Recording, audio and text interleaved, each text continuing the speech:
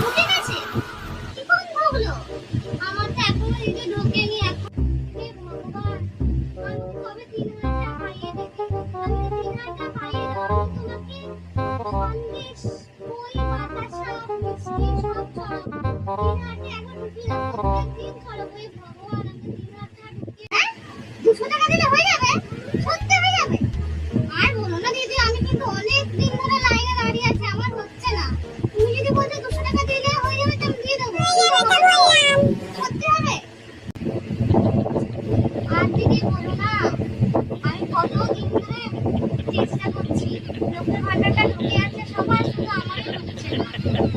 আমার সব কর্মচারী মেয়েগুলো আছে একটাও কোনো কাজের না দিদি কবে যে বলেছে লোকের ভান্ডারটা করে দে একটাও কানে শোনে না সব একটা একটা পাল্লা হয়েছে কিছু কানে শোনে না শুধু ফোন নিয়ে হাঁটে দিদি তোমার ঢুকে গেছে তোমার ছেলে করে দিত আমরা বলি দিদি